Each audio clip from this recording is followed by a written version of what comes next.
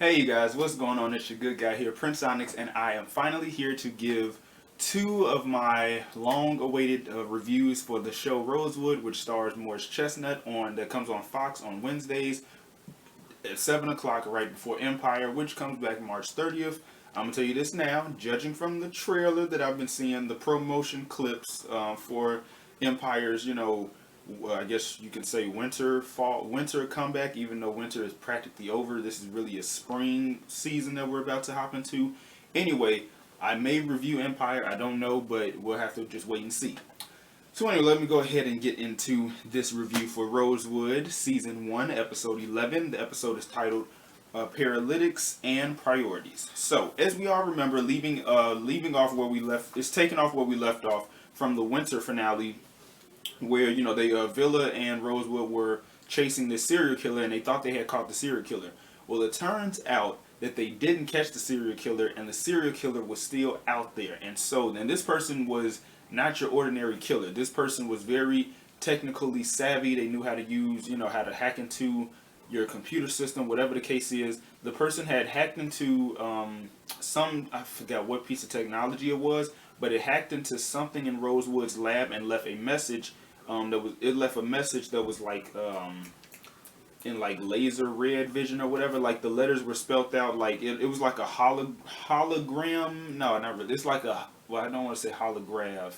It was something like. But anyway, the killer had left a message, and Villa and pretty much Rosewood called Villa, and her and the detectives came through. They checked out the lab to see if the serial killer was there, to see if the killer left any prints, and the killer was smart and didn't leave any of their prints. However, the killer did use Rosewood's prints, in the midst of leaving that whole message for him to find. So, 1 week later, we see that Villa is in bed with Mike, who's Rosewood's friend. He's also another doctor. And, they're discussing the case because Mike can tell that, Villa is a little bit out of it. So they're discussing the case, and then, he helps her get over it. They make out, and after that, do what they do. So we transition next to seeing Kat and Rosewood back together, and they're in bed as well. She's giving him a massage, and they're, having, they're joking back and forth about medical terms and stuff like that. And then, they get all hot and heavy, start kissing, and then, there's that. So then we transition to seeing the next day where Donna, Rosewood's mom, she comes into the lab and she shows up. And she, of course, is always going to, worry about him, whether it's his health or with the fact that a serial killer is practically out to kill him. So she was very worried about that. And, of course, he assured her that he would be fine or whatever. Let's see what else happened. Yeah, he assured her that he would be fine. And he ends up getting a call from who? Villa, about, the circus of reporters that are out in front of the police station. And the reason why there was that, circus of reporters out in front of the police station was because, the word got around that they arrested the wrong person, and that the serial killer was still, try saying serial killer 5 times. Anyway, there was, it leaked out, the information leaked out that the police station had arrested the wrong person. And so with that, you got to deal with the shitstorm of, this tsunami wave, if you will, of reporters at the police station basically asking questions about, oh, how did you guys let this happen? How did this slip underneath you guys? Da da da da. Blase, blase, blase. Now the whole time, Captain Hornstock, he pretty much lets Captain Hornstock and Rosewood ended up going to a gun range to basically, practice his skills, because Captain Hornstock feels that Rosewood needs to be able to protect himself, and Rosewood let him know that I know how to use the gun. So as soon as he handed him the gun, he just straight up, shot at the target thing, boom, boom, boom, boom, boom, made it do what it do. So anyway, next after that, because this was in the same scene, Villa shows up with a folder that has DNA for a Miss Jennifer Lee, a woman who is missing apparently, and they believe that the killer has her. So, next we see that Mike and Rosewood are playing basketball. Rosie leaves to go meet with Kat, and before he leaves, they talk about Villa, and of course, Mike, he starts to get the wrong idea, and he thinks that there's something more going on between Rosewood and Villa. Now, in the beginning of this season, we all kind of speculated that, watching the show, that the two of them were going to eventually get together. However, I feel as though the writers didn't want to make it too cliche-ish, you know what I'm saying? Because it's a man and woman duo, cop drama, whatever, with a little bit of lighthearted comedy, but for the most part it's a drama. I guess you can also add a bit of a mystery too because they're solving cases. But anyway, they put hints in there that she was having feelings for him or whatever. But I guess that's why they introduced Mike. And I was actually glad that they did because it took an unexpected turn. It took an unexpected turn because again, you don't want to do the whole stereotypical thing where it's like, okay, the two main characters end up falling in love and being together. It's like, just it's really good to surprise the audience and go a different direction. You know what I'm saying? But of course, Rosewood assures Mike that nothing more is going on and they're just really close friends, and they work well together. They have great chemistry, but that doesn't mean on a sexual level. It's a platonic level.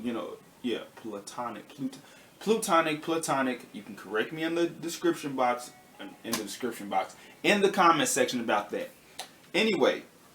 So pretty much Kat shows up to Rosewood's house and they were supposed to go out to dinner. But before they leave, Kat lets him know that her husband, what's his name again? Her husband Marcel is back in the picture and he wants to rekindle their relationship. Not her, but him. So Rosewood then asked her, well, if I was not in the picture, would you want to rekindle your relationship with him? Because they were married, but because she could not conceive children and he didn't want to adopt at the time, Marcel had left her.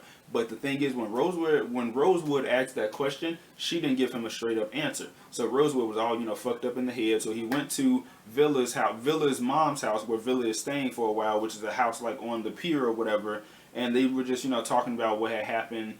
And Rosewood, he was in his feelings a little bit, and that's understandable because it's like, damn, like the person who caking with and all this stuff is like, here comes the ex back into the picture, and you ask them the question of, if I wasn't in the picture, would you want to go back with them? And they don't give you an answer. So it's kind of like you're on the tightrope a little bit. You're leaning to the left, you're leaning to the right, but you're not giving a straightforward answer.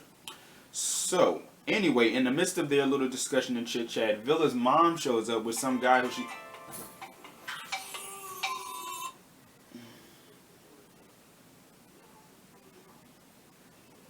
Hold on, y'all. I had to put my. Anyway, damn it. I be forgetting to put my phone on vibrate. This is a side note because not many people really like text or call me that often. So like when the shit happens, I just be like, okay. Alright. Anyway, like I was saying, yeah, so in the midst of Villa and Rosewood talking, Villa's mom shows up, and she shows up with some guy that she probably met at a club or whatever. And, because she had heard so many great things about Rosewood, she just couldn't help herself. She was, flirting with him a little bit, and then she called him like chocolate delight, but she said it in Spanish. It was like something about delight. It was like delight chocolate. It was some way that she said it. I wish I would have it would have been smarter for me to write that down. But anyway, yeah. So anyway, she was basically Villa got a little bit embarrassed, and she was just like, Ma, you got a whole guy behind you, and it's just like, oh yeah, go get some drinks. I'll meet you upstairs in a little bit. And then Rosewood, he decided that was his time to exit stage left. So when he left, Villa and her mama, they were talking, and she was just like, mira, like, what did I tell you about letting a fine-ass man like that walk away? And I was like, girl, listen, like, what? Her mom is really funny. I like her character. She's really funny. The writing with her is really good. And I like her as an actress, too. Though I'm not too familiar with her name, but I remember her face. I recognize her face. Anyway, the next morning, people are outside of Villa's mother's house screaming, and it wakes up Villa and her mother. Villa goes outside, and her mother follows her, and they go towards a crowd of people. And the crowd of people are surrounding this statue that turns out to be the missing person they were looking for, Jennifer Lee. So she's in like a position, standing straight up. Well, not standing, sitting straight up, eyes closed, mouth closed, I don't know if her legs were crossed, but she was all spray painted gold, and she was basically dead. So the killer had killed her and basically, put her body up, propped it up like a piece of art, because the killer was very into the arts of painting and sculpting and statues and things of that nature. So the killer saw his killings as art, whereas they were really nothing but cold, brutal murders, basically. So next we see that Rosewood shows up to the scene. They check out the body. They notice that the tongue has been cut out, and within her mouth there's a jar with a piece of paper in it, and attached to the jar is a purple flower, which symbolizes respect. So the note inside the bottle says to tell the truth, and so they're assuming that Jennifer must have said something to piss the killer off enough to want to, slice her tongue out and kill her. Now Rosewood thinks that it's his fault because when the reporters were at the station, he was basically gave his comment about how your killings, your murders are not art. You're just, a sick, twisted, person. So he thinks that because he said that set the killer off to end up killing Jennifer Lee, and therefore they couldn't save her. But of course, Villa, they both kind of felt that it was their fault, but it really wasn't, because that's how they honestly felt. Like, this is not art. You may see it as art because of how you are set up here in the head, but that's not art. So there was that. Anyway, it was later found out that the killer was stalking Villa and Rosewood outside of Villa's mother's house the night before. Villa's mom said that she saw a car parked in, Villa's usual parking space with the headlights on, and I don't think anybody was inside, but again, the seat could have been kicked back to where you wouldn't have noticed anybody was inside the car. But anyway, they took her mother to the station, and they had her do... Hold on. They took her to the state. They took her mom to the station and had her talk to a sketch artist to sketch out the car, so they know what exact type of car to look for. And so they did that. Meanwhile, you have Pippi and TMI and Donna. They're working on invitations for Pippi and TMI's wedding. And during the midst of this, Donna tries to invite TMI's parents, but of course, it backfires, and Pippi doesn't want. TMI doesn't want her parents there. She rips up the invitation. She walks off because she's a little bit emotional because her parents are embarrassed. They're ashamed of her because, they have a gay daughter. So Pippi gets upset because this is her fiance, and she feels like, her mother can't accept that me and her love each other. I'm going to go have a talk with her. Her mother, Pippi and Rosewood's mom, Donna, let her know, no, I don't need you to do it. Let me handle it. It's like, I was trying to be the peacemaker, trying to invite her mother to the wedding. I need to go talk to her. Now, the irony is that the woman who plays TMI's mother is the same woman who was the warden on Orange is the New Black, because the woman who plays Donna is the woman who played V off of Orange is the New Black. So I found that very ironic that the two of them were like reunited on this show, if you will. But anyway, she went to go talk to her at this fancy restaurant. It was like I want to say it was like one of those exclusive, it was one of those like exclusive type of spots where you have to have a membership, and you have to have a membership, and like they don't just let anybody in there. But I guess the way that Donna might have got in there is that she might have like said that she wanted to take a tour of the place. Either way it goes, she got in there. She basically was she confronted TMI's mom, and her mom was around. She had her two girlfriends next to her, and she just pretty much she threw subliminal shots, but it's like the mother could catch on to, oh, you're talking about me, whereas the friends were like, okay, maybe we should go, and it's like, no, y'all don't need to go, just stay there, because I'm not embarrassed of my daughter, unlike you. We're going to be a family in a few months. You need to accept that, and you need to be there by your daughter's side. Take it or leave it, whatever, I'm done. And then pretty much walked off, and she just served her. So anyway, getting back to the case. So the case ends up leading the crew to this, speaking of which, let me go back to one point. So at one point, when they had took when they took Villa's mom to the station to meet with the sketch artist, they didn't have their regular sketch artist because for some reason he quit after the last case, like he just went crazy or whatever. He quit after the last case, and they had an FBI sketch artist, and of course Hornstock was very hesitant about that because he felt that she's gonna try to tell the FBI about the case, them come in and take over and be like, oh, this is our case now. And he didn't want that. But of course the sketch artist, she assured him, while throwing shade, she assured him that I'm not the type of person to go and run to, my employees, co-workers, whatever, and tell them about this case so that they can take over. I really don't care about that. I really don't care about trying to steal anybody's credit. I just want to help out. So she was just like, I'm not here to, mess up your flow. I'm just here to be of service. That's it. That's all. While of course throwing shade, and giving a side out to Hornstock here and there.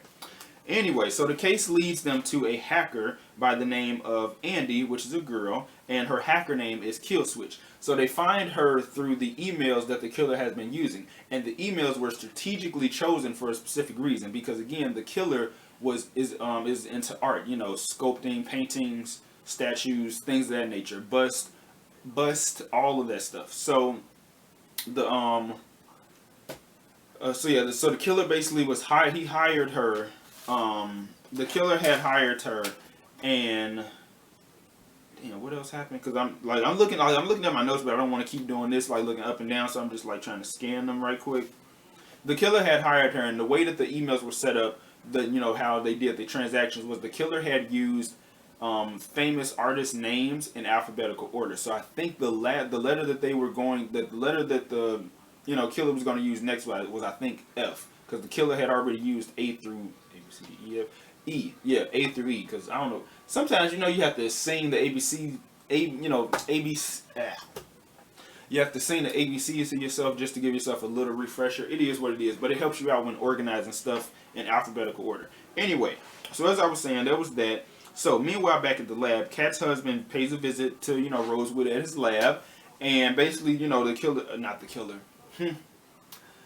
Anyway, he basically Marcel had gave Rosewood a warning to stay away from Kat and all that good stuff, and Rosewood just let him know that don't be mad because she with me now. Of course, that pissed him off, and Marcel had tried to he threw a punch. Rosewood dodged the punch, and Marcel ended up punching his fist through the glass door and ended up cutting his hand. And Rosewood just let him know, okay, your hand is going to need about 12 stitches, and also if you try to come for me again, it's going to take more than the law to keep me off of you. Because Marcel is a lawyer, but Rosewood just let him know it's going to take more than legal matters to keep me away from you, because you're basically, invading my space. Yes, I did let you into the lab, buzzed you in, but, don't get it twisted, because you did just try to assault me. So, just so we're clear. Anyway, so he, being the good guy that he is, he takes him. So anyway, being the good guy that he is, he takes him to the hospital to get the stitches. Meanwhile, at the hospital, Mike and Villa, they are getting it on in like one of the supply closets or one of the little smaller doctor appointment room, whatever, little smaller rooms. They getting it on or whatever. And ironically, the four of them end up bumping into each other. So of course, Rosewood and Marcel are just like, oh, what happened to his hand? It was a cooking accident, with the barbecue grill. Got stabbed by the poker, and of course, Villa and Mike are just like, okay, we'll buy that, all right. But anyway, so that was pretty much that. They also they both apologized to each other because when feelings are that high, the tension is that high, and it's like fighting for love or whatever the case is, shit like that is going to happen. So anyway, after another threat that Rosewood gets at his house, this time it was at his house, and it was on the treadmill, and I think it was in Latin, but the translation was "chase me." So the killer was basically taunting Rosewood, telling Rosewood to come after them. So once he told Villa that, she was like, "No, you need to go to a hotel. You need to go somewhere else." And basically Rosewood's like, "I'm not finna be ran out of my house by some psychopath. Like, no, I'm going to stay here." And Villa said, "All right, cool. Well, I'm gonna stay here and be on guard duty or whatever. I'm going to watch you. So in case somebody pops into this house tonight, they're gonna get got. Basically, they're going to get got." So the next morning, Mike shows up, and before that, when she woke up, she realized that she missed like about 10 calls from Mike. She had about X amount of voicemails, and I think a couple of text messages. So her and Rosewood are walking out the house because you got not Rosie. You got Villa putting on her jacket and trying to get ready to go meet up with Mike because they were supposed to have like breakfast or brunch or whatever. And who's outside? Mike is outside. And of course, this pretty much sets in place that, oh shit, it's like, oh shit, this like, oh shit, like, damn, like, you done fucked up. Because now, see, again, Mike keeps getting the wrong idea that the two of them have something more going on. But it's like, she just assures him that we don't have anything going on. But of course, he thinks otherwise. And this ends up leading to, unfortunately, and this is why I got a little bit disheartened with, this is why I got a little bit upset with the writers, but Mike pretty much got upset and he ended up breaking up with Villa, and he decided to go to Africa after all, because he literally canceled his trip to Africa with the organization Doctors Without Borders. He canceled his trip for the sake of Vega because, you know, they had something special going on. But because he, you know, took things the wrong way, you know, this happened. So there's that.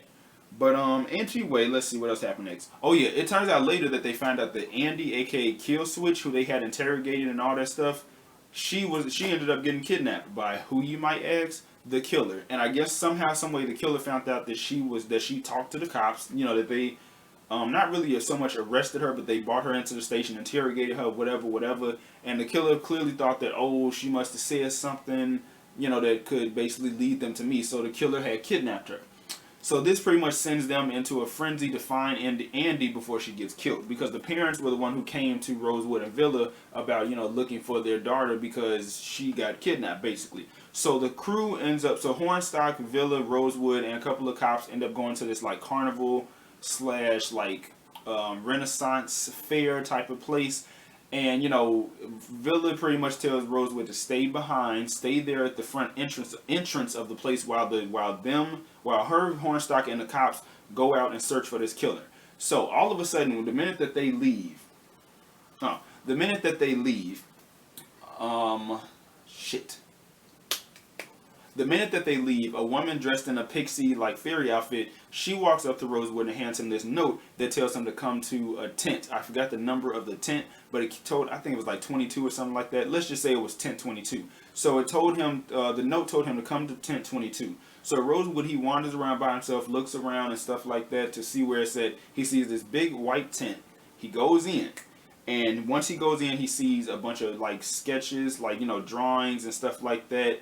On this wall, and the reason why I do that, you'll find out in a second. So as he's, you know, looking at the paintings or whatever, he sees that there's like fog behind, you know, the wall, because it looks like glass or whatever. So it's like fog, and I think it's water or whatever. So he, you know, smudges it to, you know, get rid of the fog. And who does he see in there? He sees Andy. So Andy is trapped behind the wall where the sketches are, in this tub. Okay. Anyway, in this wall, trapped behind this wall in this like tub of water, and behind that are like some electrical cords. So basically, in other words, the killer is going to electrocute this girl and kill her, basically fry her ass. So, when Rosewood sees this, he's about to make a run for it to go get Villa. But guess who ends up coming out? The FBI sketch artist, the female FBI sketch artist. She's the killer this whole time, but the reason why she did it was because she's an artist. Remember that. And so the reason why she killed Jennifer Lee was because the guy who she was working with, both of them had stole artwork from her, didn't give her any credit. You know, they plagiarized and pretty much took her stuff as their own, and they were marketing it and promoting it and making money off of it, and she felt the way about that. And then there was another guy who she had killed, and I forgot for what reason. But it's like she killed these different people because I think because all of them, not just I think the other guy name was the guy who was working with Jennifer Lee, I think his name was Brandon. So she killed them because, you know, she killed these people because they were stealing from her and just, you know, weren't giving her just due and proper credit, and she felt the way about that. But, you know, it's just like, people are really like, she fucking crazy, the fact that she did all that.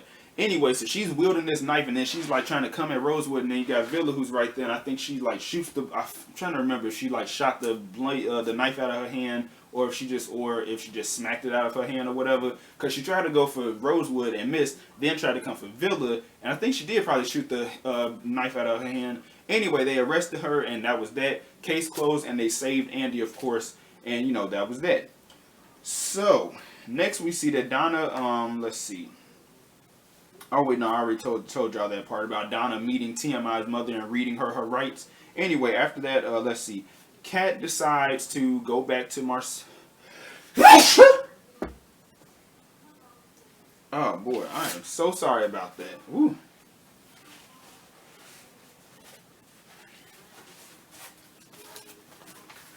I am so sorry about that. Whew. Bless you, bless you, bless you, bless you, bless you. I know. Anyway, so Kat decides to go back to Marcel after all, because he decides that, you know what, this time around, let's adopt. We can adopt. Because back then, he was so heartbroken because he wanted to have children of his own, you know, biologically, but because they couldn't, you know, conceive, You know, and my question would be for that, why wasn't there a surrogate that they didn't think about? But I mean, I guess then again, though, that is expensive too. So I guess they decided to go with adoption. Because, I mean, well, then, listen, it's expensive to have children, point blank, period. But, I mean, with him being a lawyer and her being a psychiatrist, they got the money for it. But it's just, you know, you just have to think about it and weigh your options. It is what it is. So, anyway, she decides to go back with Marcel. And, you know, Rosewood is like, you know, he has to deal with that. So, of course, he's heartbroken. And as I told you guys, Mike, he did decide to go to Africa after all. And that is pretty much that. That's pretty much the episode, because as I turn the next page, I have my, you know, notes for episode 12. But I will get to that in the next video. So I will see you guys later. I'm going to upload this video. Then I'm going to upload the video for episode 12.